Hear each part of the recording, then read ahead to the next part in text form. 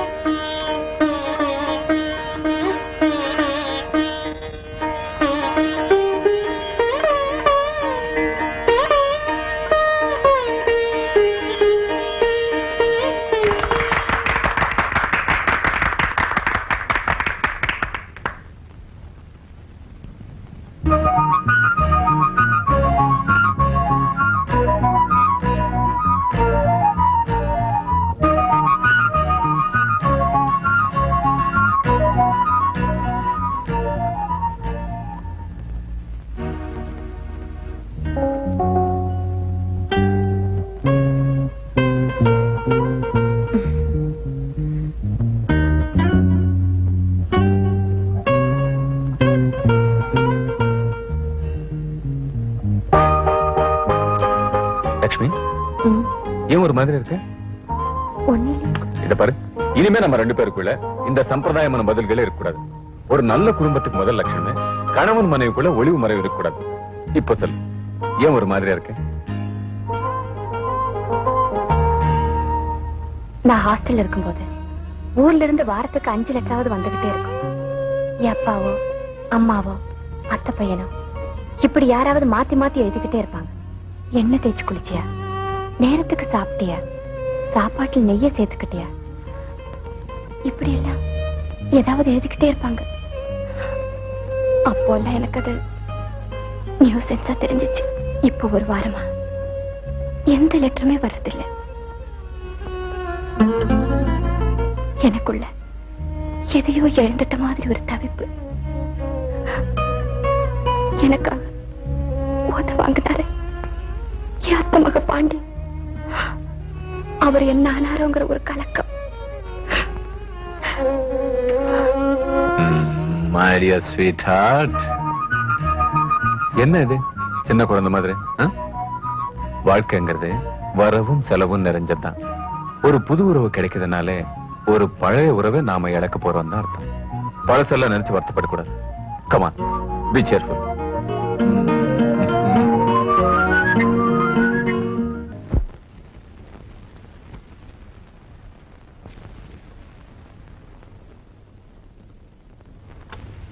வாங்கம்மா. சார் வாங்க சார். வாங்க வாங்க. ஹலோ, உட்காருங்க சார், உட்காருங்க. Thank you. உட்காருங்கம்மா.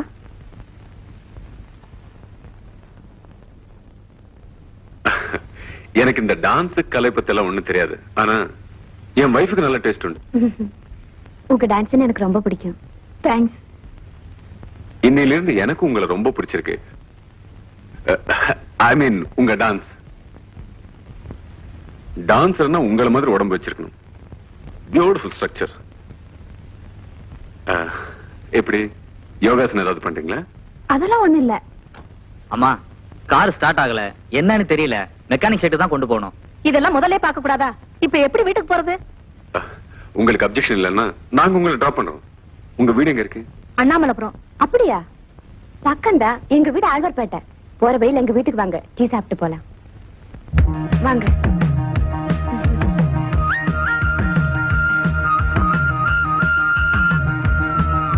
உள்ள வாங்க.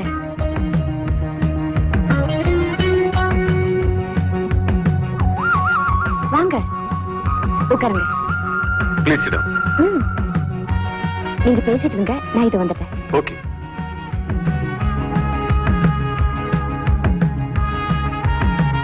இவ்வளவு பெரிய வீட்டுல நீங்க 2 பேர் தான் இருக்கீங்களா? ஆமா, எங்க அண்ணா அண்ணி எல்லாம் பாம்பேல இருக்காங்க. வீடு ரொம்ப அழகா இருக்கு. ஏங்க, இந்த வீடு கட்டுறதுக்கு ஒரு 25 லட்சம் ரூபாய் இருக்குமா? கணக்கு சரியா தெரியாது, ஆயிருக்கலாம். உங்களுக்கு என்ன, நீங்களே பெரிய பில்டர்ஸ், நீங்க எப்படி வேணாலும் பில்ட் பண்ணிக்கலாம். நாங்க கூட ஒரு வீட்டு மனை வாங்கி போட்டிருக்கோம். உங்களை சந்திச்ச முகூர்த்தம் நாங்களும் ஒரு வீடு கட்டிடலாம்னு நினைக்கிறேன். அதுக்கு என்ன, பார்க்கலாம். சாப்பிடுங்க. அவங்களுக்கு அவர் காஃபி சாப்பிட மாட்டாரு.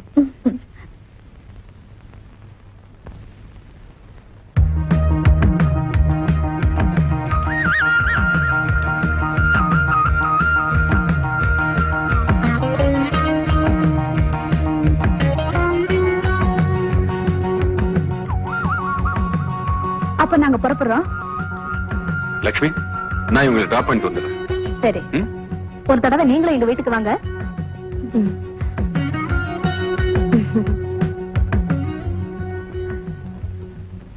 வந்துட்டீங்களா? ஏன் இவ்வளவு லேட்டு? சும்மா கொஞ்ச நேரம் பேசிட்டு இருந்தோம். லக்ஷ்மி, நீ சொன்னப்ப கூட நான் நம்பல. தீபா நல்லா dance ஆடுறல்ல?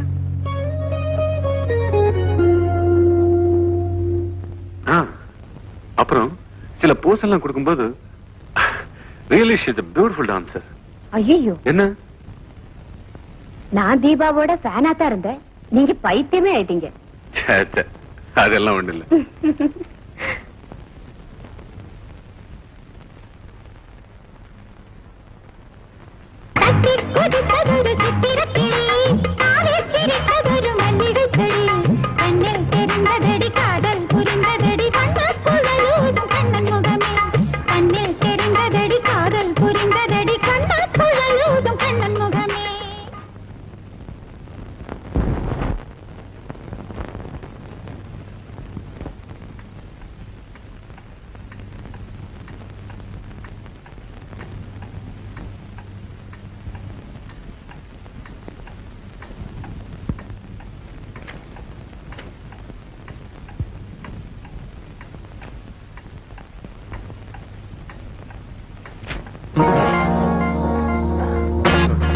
Come on. Thank you.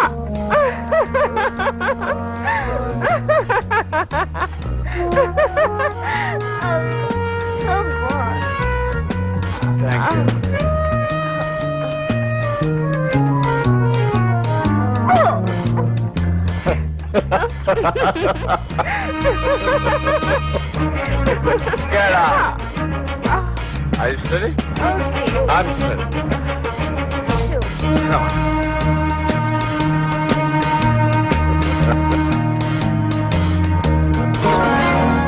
Hello, how are you? Hi. நீ ஏன் பார்ட்டிக்கு வரல? அவளுக்கு இந்த மாடர்ன் ஹேபிட்ஸ் எல்லாம் கிடையாது. அவ படிச்சிருக்கிறத தவிர சுத்த கர்நாடகம். டார்லிங், எனக்கு தூக்கம் வருது. நான் தூங்கட்டுமா? நீ தூங்க சொன்னாதான் நான் தூங்குவேன். இல்லன்னா ராத்திரி பூரா இங்கேயே இப்படியே நின்னுகிட்டே இருப்பேன்.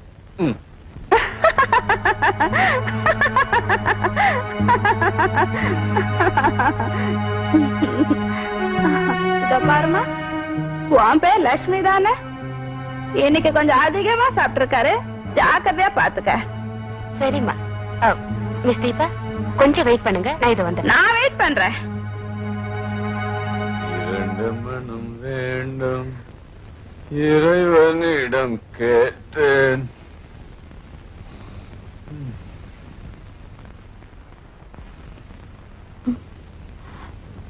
நீங்க எல்லாம் பொம்பளைங்களாடி? ஏன் பார்த்தா தெரியல? பொம்பளையா பிறந்தா மட்டும் போதாதடி, பொம்பளையா வாழ கத்துக்கணும். உன் ஆட்டத்தை மேடையோட வச்சுக்கோ, அடுத்தவங்க வீட்டுக்குள்ள வச்சுக்காத. ஏய், இனிமே இந்த வீட்டு வாசப்படிய மிதிச்சே என்ன செய்வ? பிஞ்சிடும். ஏய் போடி. மெதுவா தள்ளு, நான் குடிச்சிருக்கேன். போடி. இப்படி மரியாதை சொன்னா நான் போயிடுறேன்.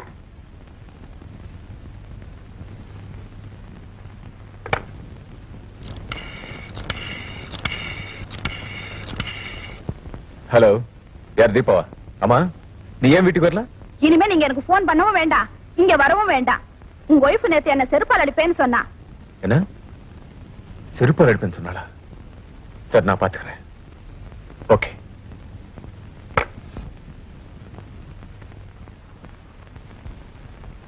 இரண்டு மனம் வேண்டும், இறைவனிடம் கேட்டேன், நினைத்து வாழ ஒன்று.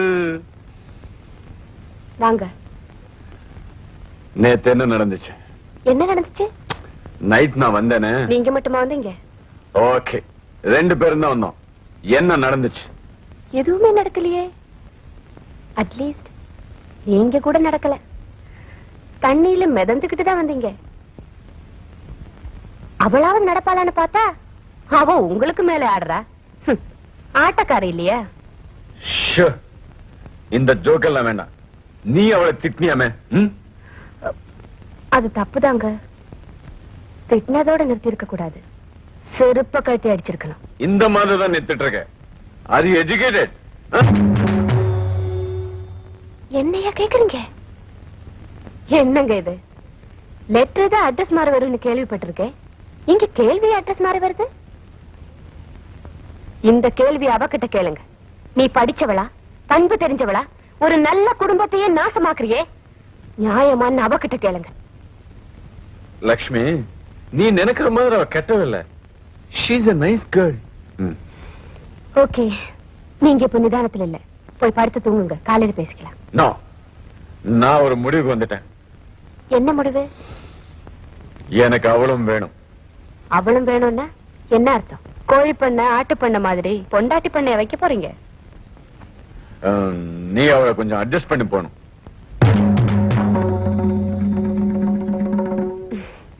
ஏங்க, இது என்ன காபி டீ பிரச்சனையா?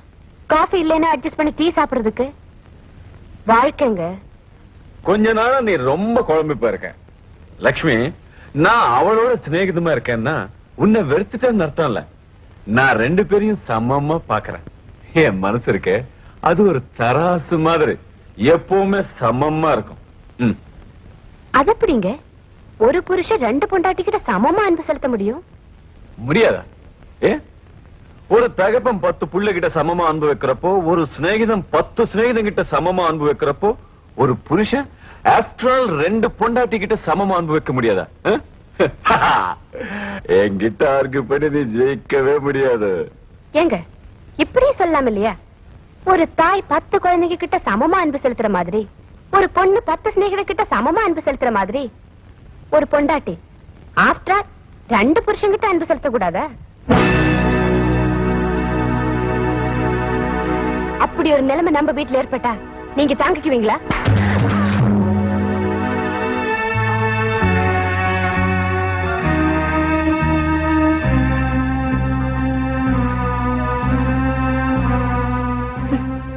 படிச்சவனா இருந்தாலும் பாரவண்டி இழுக்கிறவனா இருந்தாலும் ஆம்பளை தான் நிரூபிச்சிட்டீங்க. என்ன, நீங்க எல்லா பேருக்கு பின்னாடி 2 இங்கிலீஷ் எழுத்த சேர்த்துக்குவீங்க, ஆனா நேரம் வரும்போது யாருன்னு காட்டிடுவீங்க.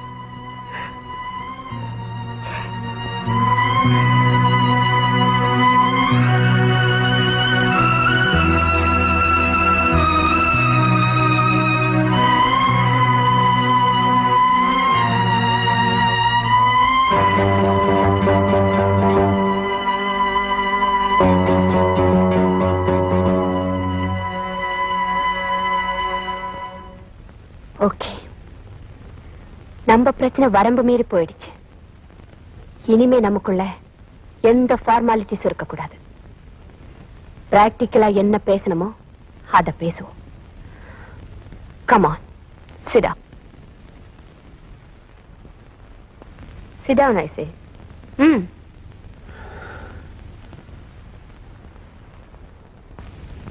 என்கிட்ட இருந்து என்ன எதிர்பார்க்கறீங்க? மனைவியை கை நீட்டி அடிக்கிற அளவுக்கு தைரியம் வந்துச்சு, மனசுல இருக்கிறது சொல்ல முடியலையா? Come on. தீபா எல்லாமே என்னால இருக்க முடியாது. நீ கொஞ்சம் அட்ஜஸ்ட் பண்ணி போகணும். ரைட், நீங்க உங்க முடிவை சொல்லிட்டீங்க, நான் ஏன் முடிவை சொல்றேன். ஏன் உரிமையை எந்த காரணத்தை கொண்டு இன்னொருத்திக்கு விட்டு கொடுக்க மாட்டேன். நீ இவ்வளவு பிடிவாதமா இருந்தா நமக்குள்ள டைவர்ஸ் தவிர வேற வழியே இல்ல.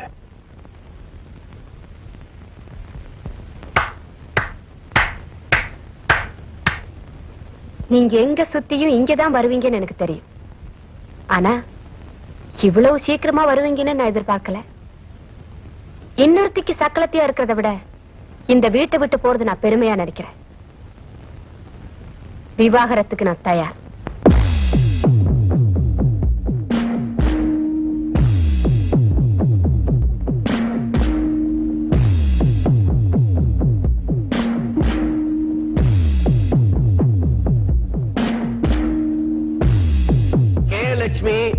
கே லட்சுமி, கே லட்சுமி. லட்சுமி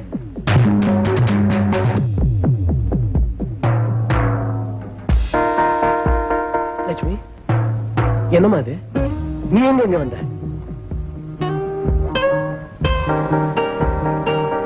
நில்லுமா. நீ சொர்க்கத்துல வாழ போறேன்னு நான் வழி அனுப்பி வச்சேன். இப்படி நரகத்து வாசல்ல வந்து நிக்கிறிய.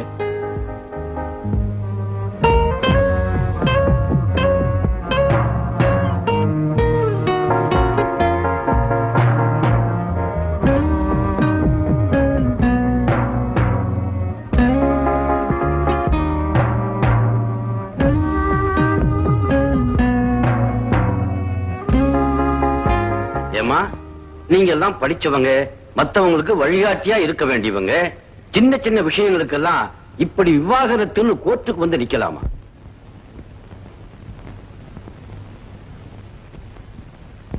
கல்யாணங்கிறது ஆயுதங்காலத்து பயிருன்னு சொல்லுவாங்க. ஆனா இந்த காலத்துல அது 5வது வருஷம் கூட தாங்க மாட்டேங்குது. இதோ பாருங்க, குடும்பம்னா குழப்பம் இருக்கத்தான் செய்யும். உடனே விவாகரத்தா? அவசரப்படாதீங்க, சேர்ந்து வாழ முயற்சி பண்ணுங்க. அதுக்கு இனிமே வழியே இல்லை. பேசி தீர்க்க முடியாத அளவுக்கு எங்க பிரச்சனை வளர்ந்துருச்சு. நீங்க என்ன சொல்றீங்க? என்ன பொறுத்தவரை எல்லாம் முடிஞ்சு போச்சு. மறுபடியும் அவரோட சேர்ந்து வாழ நான் விரும்பல. சரி, உங்க 2 பேருக்கும் 1 வருஷம் ஜுடிஷியல் செப்பரேஷன் கொடுக்கறேன். அதுக்கப்புறமும் நீங்க 2 பேரும் சேர்ந்து வாழலைன்னா உங்க விவாகரத்து உறுதி செய்யப்படும்.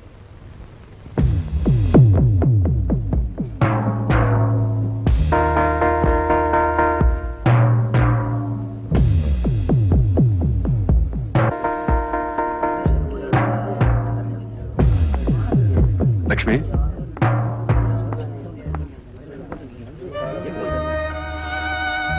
கூப்பிட்டீங்க, பேச மாட்டேங்கிறீங்க. என்ன பேசுறதுன்னு எனக்கு தெரியல. இதுக்குதான் நான் சொன்னேன், கொஞ்சம் அட்ஜஸ்ட் பண்ணிட்டு போறேன். நீ கேட்க மாட்டேன்ட்டு. இப்ப கூட லேட் இல்ல லட்சுமி. சட்டபூர்வமா நம்ம பிரிக்கப்பட்டு விட்டோம். ஆனா மனசால நம்ம பிரிஞ்சு எவ்வளவோ நாளாச்சு. ஆமா, எங்க தங்க போற? பழைய ஹாஸ்டலுக்கே போறியா? எதுக்கு? உலகம் உருண்டே நிரூபிக்கிறதுக்கா? எப்படிங்க நாங்க போக முடியும்? என் கல்யாணத்துக்கு வாழ்த்து சொன்ன ஃப்ரெண்ட்ஸுங்க எல்லாம் இன்னும் அங்கதான் இருக்காங்க. செலவு பணம் வச்சிருக்கியா? வேணும்னா நான் தட்டுமா? இந்த கேள்வி எல்லாம் என்ன உண்மையா நேசிக்கிறவங்க கேட்க வேண்டிய கேள்வி.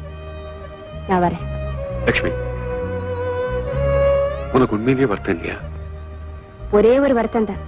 உங்களை நிரந்தரமா பிரியறதுக்கு இன்னும் 1 வருஷம் காத்திருக்க வேண்டியது இருக்கே, அந்த வருத்தம் தான்.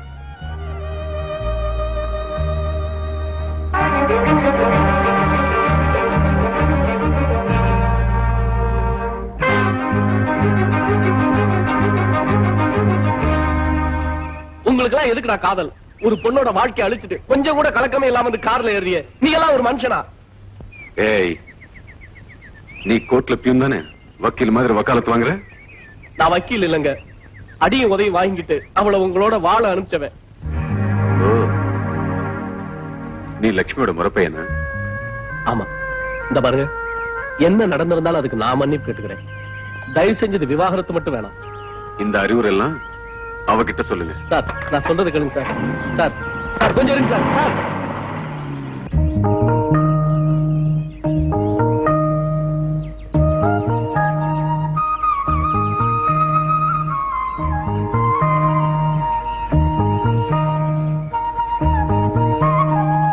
லட்சுமி, உன் வாழ்க்கை இப்படி ஆகணும், இதுக்காகவா நான்? அத்தா, என்ன திட்டுங்க, கேலி பண்ணுங்க.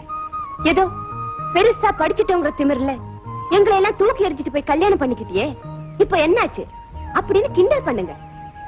அதனால தாங்கிக்க முடியும். ஆனா தயவு செய்து என் மேல இறக்கப்படாதீங்க. என்ன எவ்வளவு பெரிய தோல்வியை என்னால சந்திக்க முடியும். யாரோட அனுதாபத்தையோ பரிதாபத்தையோ என்னால தாங்கிக்கவே முடியாது. அடுத்து என்னமா செய்ய போற?